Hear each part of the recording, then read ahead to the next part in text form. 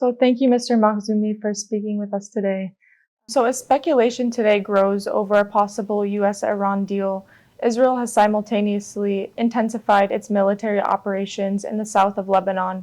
We've seen today further escalation. Forces have advanced past the yellow line. How do you interpret these developments? Do you see any links between these two events? 27th of November 2024, when the United States brokered a deal between the Lebanese government and the state of Israel, it was agreed then that south of Litani, Israel has the right to interfere anytime they believe the national security is under threat and to act on it. And north of Litani, they would have operated through the mechanism. But the right for Israel to interfere whenever they believe there was a threat against the national security, they have the right to interfere anyway. So I don't see any tie-in between what's happening in Islamabad and this, because Israel is saying, the Lebanese government gave me that right. You agreed to it in 2024, and I have the right to exercise it until you can prove for me that you delivered on your end of the deal, which is basically to disarm Hezbollah. So at the moment, I don't see any link between the two. So just a few days ago, Hezbollah Secretary General Naim Qassem recently issued sharp rhetoric against the Lebanese government, calling for the overthrow of the democratically elected government here in Lebanon. Do you believe Lebanon is facing a real risk of internal strife? Well, this is normal. It is somebody who's drowning and he's trying to hang on to anything that's there. But, according to Hezbollah and Iran, unless they have been killed, they have won the war. This is very clear. And this is the way that they're acting on it. Let's look at that speech that he gave. He started by saying they won. He is demanding that the government will reverse the decision of the 2nd of March 2026. He is demanding that the negotiations in the United States should stop. And he is threatening that if the government is willing to challenge Al-Qard al-Hassan, then basically there should be a collapse of the government. Which tools does he have in order to implement? Remember about a month ago when they tried to convene outside the Sarai in Riyadh al-Sulh, and they were thinking that they could collapse, and two politicians, without mentioning their names, made interviews confirming that their axis of evil, the axis of the so-called resistance, was the one that is going to be winning, and that's why they were preparing for the change of government. Nothing happened. Look, civil war is when two parties in the same country decide to be fighting each other outside the realm of the state. If you look at all statistics that we have, the majority of the Lebanese are supporting the Lebanese government. The majority of the Lebanese are supporting the decision to try to go for direct negotiation at different sects, the religious groups. So what Naim Qassem is dreaming, that he thinks that he's going to do, I don't believe he can do anything about it. And it's only rhetoric. And it is important for us Lebanese to accept the fact that they're becoming weaker and their effect is becoming less and less. Let's not give them the benefit of the doubt of even considering what they're saying to be a possibility. U.S. Secretary of State Marco Rubio issued a sharp response just a few hours after Naim Qassem's speech. How do you interpret Washington's response to Hezbollah and to Lebanon more broadly, especially amid the direct negotiations between Israel and Lebanon that are taking place? Remember, I was the one that I retweeted what Secretary Rubio said. Actually, let's give credit to this administration, seriously. It is a historical moment that we have a president who believes that peace should be the dominating factor in this region. And he is surrounded by a group of advisors, in particular, our ambassador, our U.S. ambassador to Lebanon, Michel Issa, who was able to take the whole Lebanese dossier from the State Department all the way with Secretary Rubio to the White House. And the second meeting, if you recall, it was followed by a meeting at the Oval Office. This has never happened before. It's a golden opportunity. And President Trump delivers on what he promises. Today, we have been given the option to decouple ourselves from Iran. And we were invited to go all the way to Washington, which the President supported it, and the Prime Minister supported it, and we had two very high-level meetings in Washington. Then it will follow on the 3rd of June with another high-level political discussion, diplomatic, with the presence of Simon Karam, Ambassador Simon Karam, and Ambassador Mawar. We've never dreamt that this will ever go to happen. And there is no going back. I believe because Hezbollah understands there is no going back, they're doing everything that is possible to put the brakes on this, and I don't believe they will ever win on that issue. So the presence of IRGC-linked figures with Lebanese passports has raised major sovereignty concerns here in Lebanon and for the U.S. government. As a member of parliament, what concrete measures do you believe should now be taken? On the 31st of March, I presented a question to the government through the parliament, demanding there should be full investigation of that. I mean, when a prime minister makes such a statement, we have to take it seriously, that is based on facts. But what we have not seen so far, any attempt by the government to investigate this matter. And this is, as you rightly said, this is against its national interest. And not only against the national interest, against everything that the United States and the international community is trying to help Lebanon to move down the path of peace.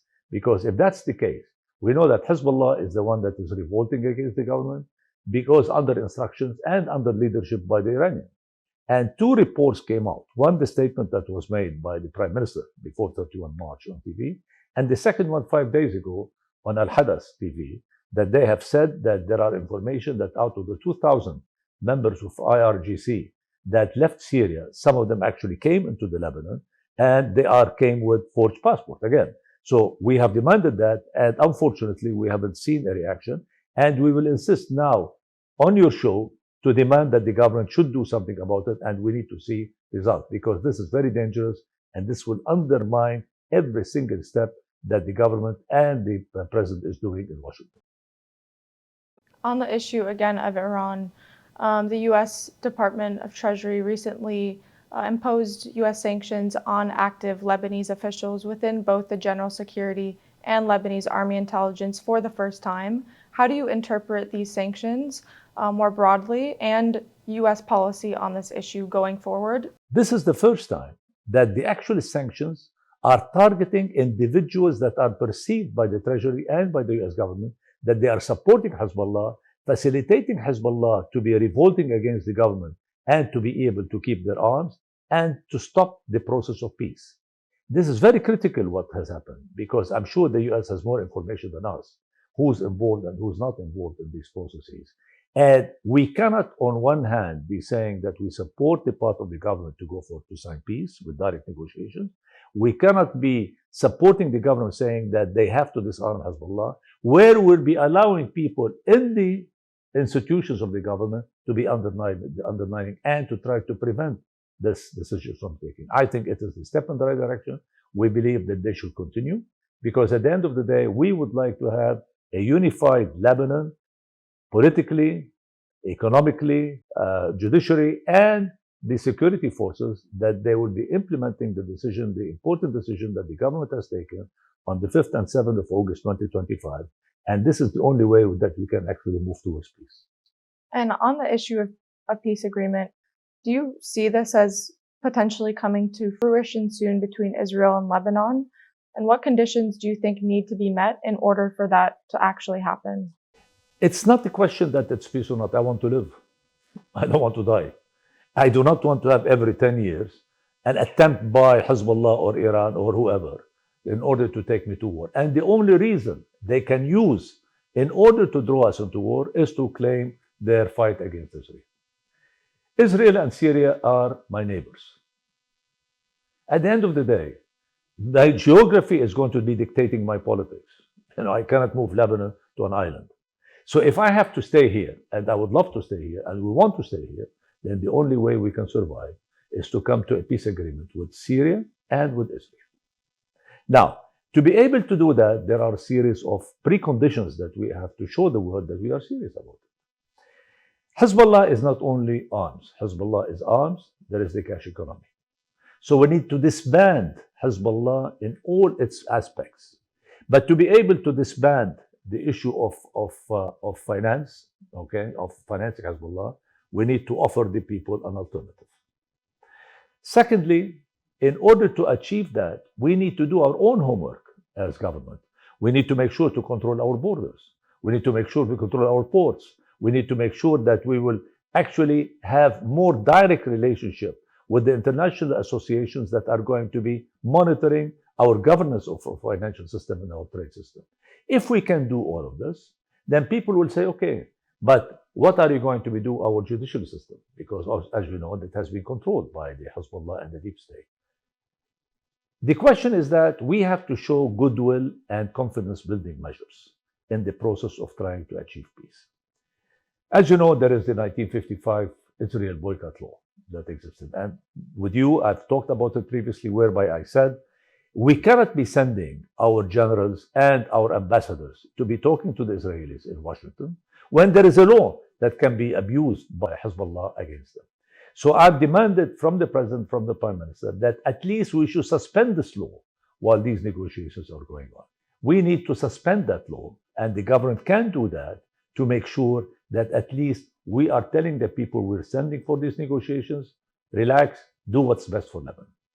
Secondly, the issue of Qard al-Hassan. It is very important, this issue of Qard al-Hassan, that we try to make sure that we stop it and to completely make sure that it's not functional. Because this is how important it is that Naim Qasim challenged the state and the government to cause its collapse if they attempt to touch Qard al-Hassan. So we need to do something about this. Third, the judicial system. Because we have a military court that is being controlled and abused by Hezbollah to settle political issues. We need to show the people that we are not going to be allowing anybody to intimidate them.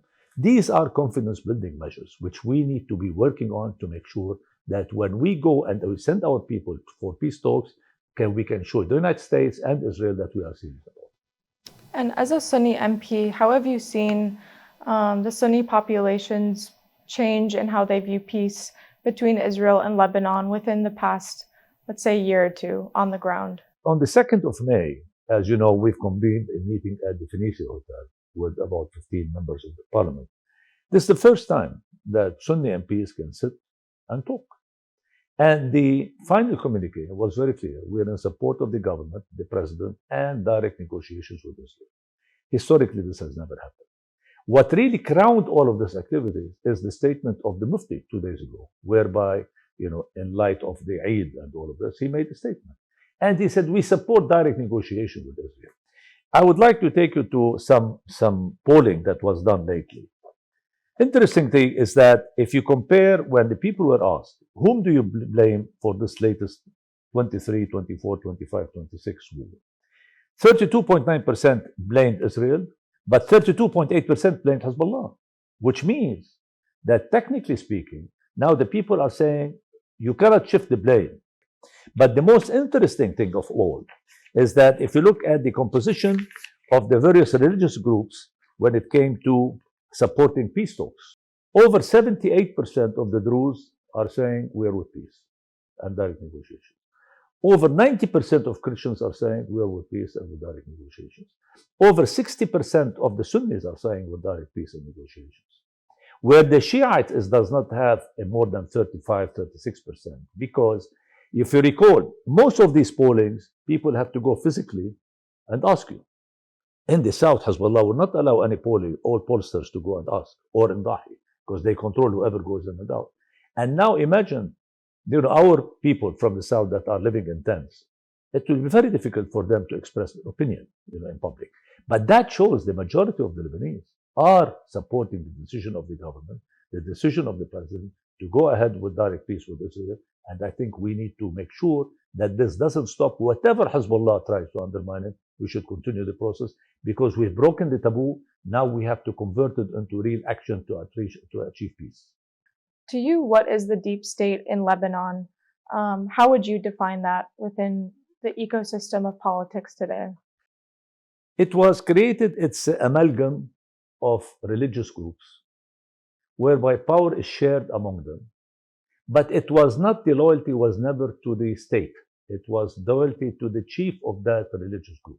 So we ended up with warlords that took us to war, in 1975. And after that, they changed their fatigue. They wore Hermes ties, and nice suits. And they went into parliament. And they have been ruling us ever since. So it means their interest is to make sure that the loyalty stays to the religious leader, not to the state. And this is the agreement, that club of leaders is the deep state. But because they had the full control of appointing officers, judges, supporting with banks, supporting with business, They created a club, a very close club, that they are making sure that they will stay in power. It is a process that it's a mafia that is protected by a militia. That's where Hezbollah comes in, to protect that mafia. So the deep state is deeply rooted. But like everything else in life, democracy is the one that makes a difference. Let's go for election. Let's make sure we get a majority in the parliament next time. That this majority will bring in a real reformist government, which we are starting now. This government is 100 times better than any all previous governments up to 2005. And we have to give them credit that they're doing their best. But they do not still have the full political will that we as people we expect them to do. And that's where we would like to see the new parliament making sure to support a government that will take the tough decisions then to dismantle the deep state. Now, assuming we have peace, so there is no more need to have institutions outside the state. There is no more need to have protectors for specific groups against the state. Once we do that, then basically the whole thing will just go smoothly. And the key to eliminate that veto rights they have if we sign peace, because now all the time, since 1949, Israel is used as the reason why we're going to war, as the reason why we can try to change the dynamics within the country. Let's sign peace. Let's decide to live happily together and to build a better future for each other. And most of these deep state is going to be starting to become weaker and weaker. And this is with time we're going to get rid of.